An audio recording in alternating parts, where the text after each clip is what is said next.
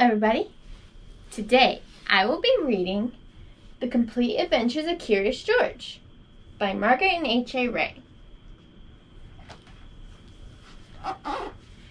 H.A. Rey, Curious George rides a bike. This is George. He lived with his friend, the man with the yellow hat. He was a good little monkey and always very curious.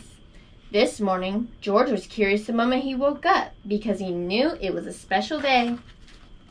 At breakfast, George's friend said, "Today we are going to celebrate because just 3 years ago this day, I brought you home with me from the jungle. So tonight, I'll take you to the animal show. But first, I have a surprise for you." He took George out to the yard where a big box was standing. George was very curious. Out of the box came a bicycle. George was delighted. That's what he always wanted. He knew how to ride a bicycle, but he had never had one of his own. "I must go now," said the man, "but I'll be back in time for the show. Be careful with your new bike and keep close to the house while I'm gone." George could ride very well. He could even do all sorts of tricks. Monkeys are good at that. For instance, he could ride this way, with both hands off the handlebar. And he could ride this way, like a cowboy on a wild bronco. And he could also ride backwards. After a while, George got tired of doing tricks and went into the street. The newsboy was just passing by with his bag full of papers. "It's a fine bike you have there," he said to George. "How would you like to help me with delivering the papers?" He handed George the bag and told him to do one side of the street first, then turn back and do the other side. George was very proud as he rode off with his bag. He started to deliver the papers on one side of the street, as he had been told. When he came to the last house, he saw a little river in the distance. George was curious. He wanted to know what the river was like. So instead of turning back to deliver the rest of the papers, he just went on. There was a lot to see at the river. A man was fishing from the bridge, a duck family was paddling downstream, and 2 boys were playing with their boats. George would have liked to stop and look at the boats, but he was afraid the boys might find out that he had not delivered all the papers, so he rode on.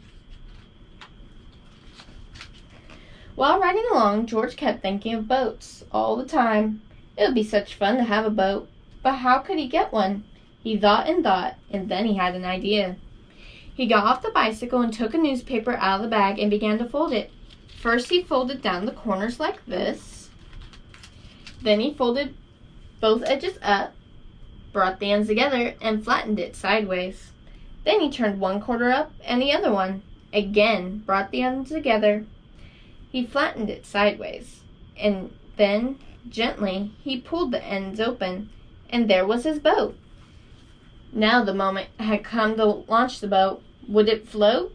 It did. So George decided to make some more boats. Finally, he had used up all the papers and had made so many boats that he could not count them. A whole fleet. Watching his fleet sailing down the river, George felt like an admiral.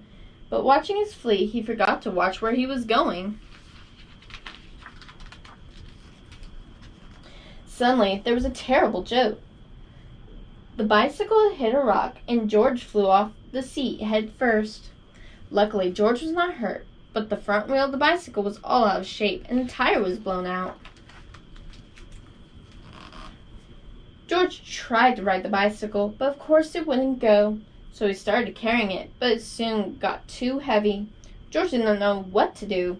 His bike was spoiled, and the newspapers were gone. He wished he had listened to his friend and kept close to the house. Now he just stood there and cried. Suddenly, his face brightened. Why, he had forgotten they could ride on one wheel. He tried it, and it worked. He had hardly started out again when he saw something he had never seen before. Rolling towards him came an enormous tractor with huge trailers behind it. Looking out of the trailers were all sorts of animals. To George, it looked like a zoo on wheels. The tractor stopped, and 2 men jumped out. "Well, well," said one of the men, "a little monkey who can ride a bike, bronco fashion. We can use you on our animal show tonight. I'm the director of the show, and this is Bob. He can straighten your wheel and fix that flat in no time, and then we'll take you along to the place where the show is going to be." So the 3 of them got into the cab and drove off. "Maybe you could play a fanfare while you ride your bike in the show," said the director. "And I have a bugle for you right here. And later you'll get a green coat and a cap, just like Bob's." On the showgrounds, everybody was busy getting things ready for the show. "I must do some work now," said the director. "Meanwhile, you may have a look around and get acquainted with all the animals. But you must not feed them, especially the ostrich, because he will eat anything and might get very sick afterwards." George was curious. Would the ostrich really eat anything? He wouldn't eat a bugle, or would he? George went a little closer to the cage, and before he knew it, the ostrich had snatched the bugle and tried to swallow it. But the bugle is hard to swallow, even for an ostrich. It got stuck in his throat. Funny sounds came out of the bugle as the ostrich was struggling with it. All blue in the face, George was frightened. Fortunately, the men had heard the noise. They came rushing to the cage and got the bugle out of the ostrich's throat, just in time. The director was very angry at George. "We cannot use little monkeys who don't do as they are told," he said.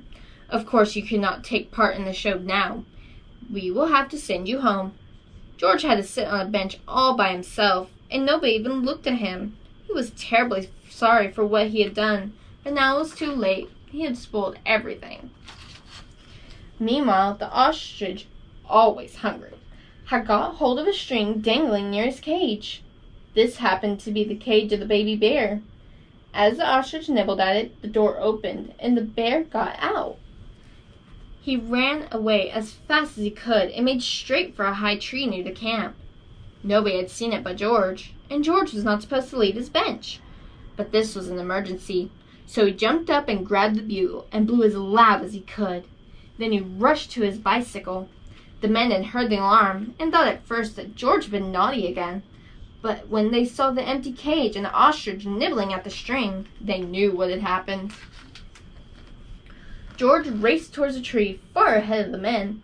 But now the bear had climbed quite high, and this was dangerous because little bears can climb up a tree easily, but coming down is much harder. They may fall and get hurt. The men were worried. They did not know how to get him down safely, but George had his plan. With the bag over his shoulders, he went up the tree as fast as only a monkey can, and when he reached the baby bear, he put him in his bag and carefully let him down so that the men could safely catch him.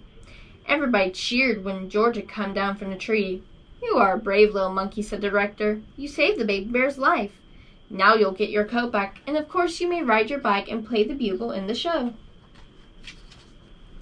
Finally, the show was on. The whole town had come to see it, and how surprised they were to discover George on his bike right in the middle of it.